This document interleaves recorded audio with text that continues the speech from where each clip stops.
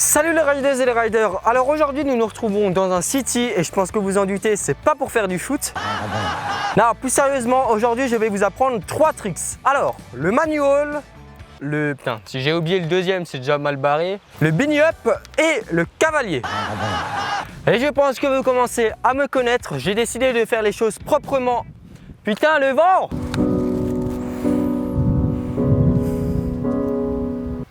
Bref, je reprends. Vous commencez à me connaître, j'aime bien faire les choses proprement. Donc j'ai décidé de vous faire de beaux ralentis, de beaux plans de coupe et surtout des animations où vous pouvez voir les...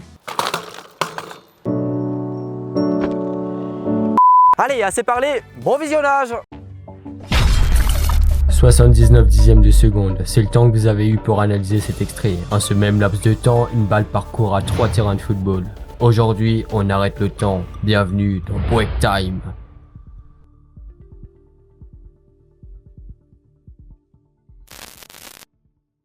Donc en gros tu viens de faire un générique et tout ultra stylé juste pour dire que tu vas faire des plans ralentis quoi. C'est complètement ça.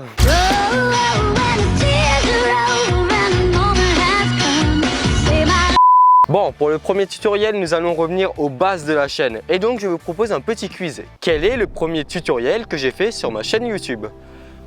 Pop, pop, pop, pop, pop, pop, pop, pop, pop, pop, pop, pop, pop. Le beanie up. Alors dans cette vidéo je vais vous montrer comment faire un beanie up. Mais en fait le beanie up ça sert à quoi? Excellente question, voici donc une démonstration.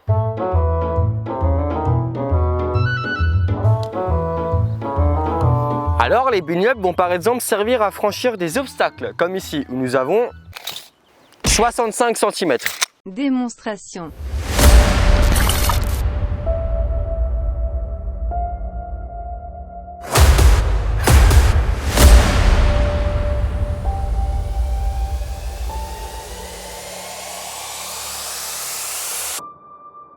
Ok, alors après cet instant pratique, voici l'instant théorique. Nous pouvons décomposer le beanie up en plusieurs phases. La phase numéro 1, c'est la phase de compression. Vous allez comprimer le vélo en fléchissant les jambes et en poussant sur les bras. L'amortisseur et la suspension avant vont donc emmagasiner un maximum d'énergie. La phase numéro 2, on pourrait appeler ça la détente. Vous allez tirer sur les bras exactement comme si vous faites un manual. Votre centre de gravité va donc passer derrière celui du vélo et l'avant du vélo va commencer à s'incliner. Désormais, vous êtes presque dans la même position que si vous effectuez un manual. Lors de la phase numéro 4, un mouvement extrêmement important intervient. On pourrait appeler ça le talon-fesse. C'est un mouvement assez subtil, mais c'est ce qui va faire décoller la roue arrière en même temps que le pilote rapproche son poids vers l'avant du vélo. Le centre de gravité du pilote passe désormais au même niveau que celui du vélo. Désormais, en se groupant et en poussant sur les bras, avec un mouvement de balancier, l'arrière du vélo va se soulever au même niveau que l'avant. Petite info importante, lors de la phase d'atterrissage, il est extrêmement important d'essayer d'atterrir les deux roues à plat. La roue avant et la roue arrière absorberont du coup la même quantité d'énergie et surtout en même temps. Voilà pour ce qui est de la théorie sur le beanie up. Maintenant la pratique, je vais vous apprendre comment le faire étape par étape. Premièrement, vous allez vous entraîner à comprimer le vélo tout simplement.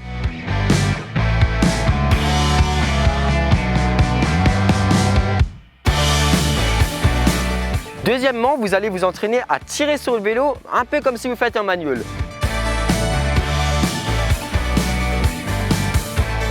Pensez bien à garder le doigt sur le frein au cas où vous penchez en arrière.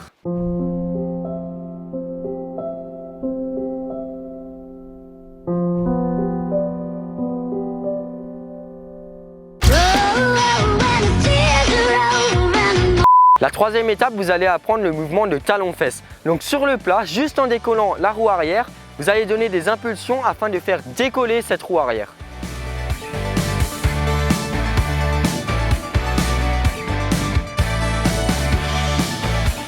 Pour la quatrième étape, vous allez vous entraîner à décoller les deux roues du vélo en même temps. Donc vous tirez sur le guidon et en même temps vous faites le mouvement de talon-fesse.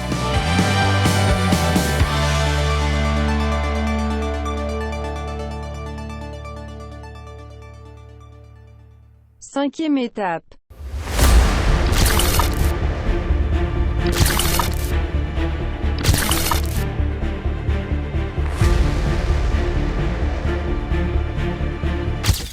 Alors pour ce deuxième tuto, on attaque sur les cavaliers. Et encore une fois, une mise en situation. Et ils sont là, ils sont dans les campagnes, dans les villes.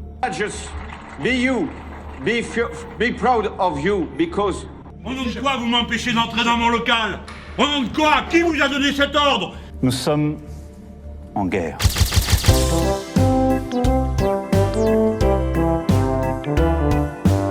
Fatality.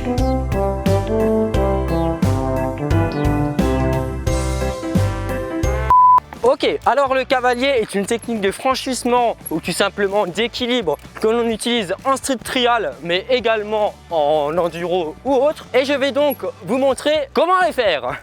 Pour le cavalier standard, il existe deux principales façons pour le lancer. La première façon, qui est la plus facile, c'est le frein avant.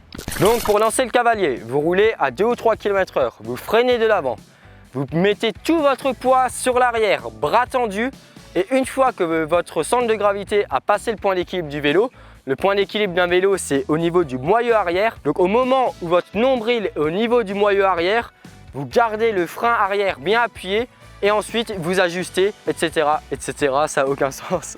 Et deuxième technique, vous êtes à l'arrêt, vous donnez un gros coup de pédale et à ce moment-là, quand votre nombril passe derrière le moyeu arrière, vous maintenez le frein arrière appuyé, vous relâchez pour vous repositionner. C'est là encore exactement le même principe qu'un manual. C'est d'ailleurs pour cela que j'ai choisi 3 tricks qui ont des points communs les uns envers les autres. C'est la même chose.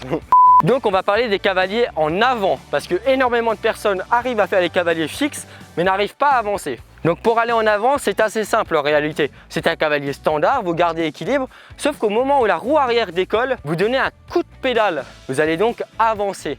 Tout est qu'une question de un quart de coup de pédale. Un quart de coup de pédale, j'avance. Un quart de coup de pédale.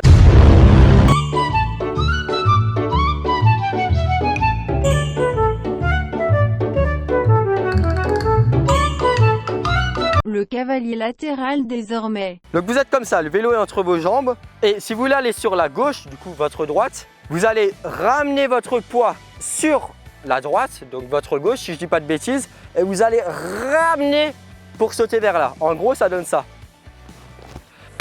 Voilà. Je sais que je passe un peu pour un con à vous montrer ça, mais des fois c'est des choses simples qui vous font progresser.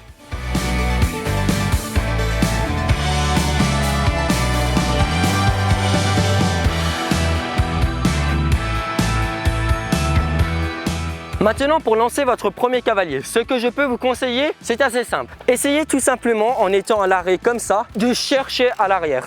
Vous allez tomber, c'est pas grave. Enfin non, vous n'allez pas tomber, je veux dire vous allez pencher en arrière.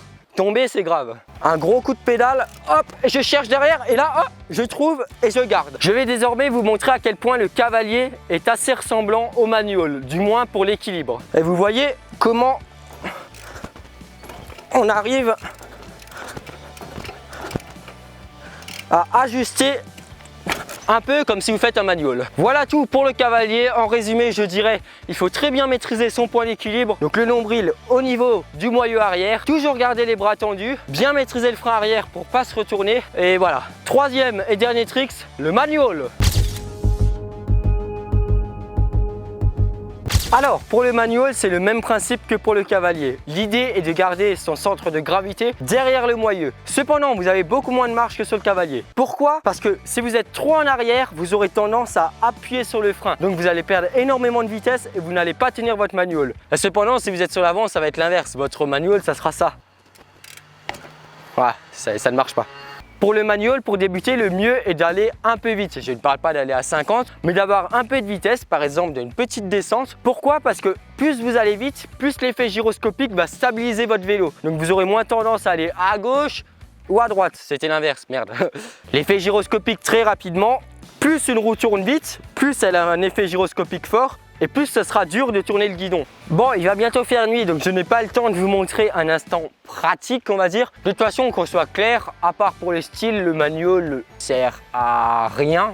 Je vais me faire lyncher dans les commentaires. Cependant, ça ne nous empêche pas d'analyser le mouvement d'un manual. Exactement comme pour le bing-up, la première phase, c'est la phase de compression. Ensuite, vous allez pousser sur vos jambes et tirer sur vos bras afin de cabrer le vélo. Ensuite, votre nombril, donc votre centre de gravité, va arriver au niveau du moyeu arrière du vélo. À ce niveau-là, vous trouverez le point d'équilibre. L'idée, c'est de garder ce point d'équilibre le plus longtemps possible. Attention, si vous vous dites trop, je peux me mettre en arrière, j'ai le frein, vous arriverez à le garder, mais pas longtemps, parce qu'en freinant, vous allez ralentir le vélo, donc moins de vitesse et inévitablement, vous allez tomber plus vite. Si toutefois, il y a des oscillations de gauche à droite, le manual oscille sur la droite, les genoux vont chercher sur la gauche.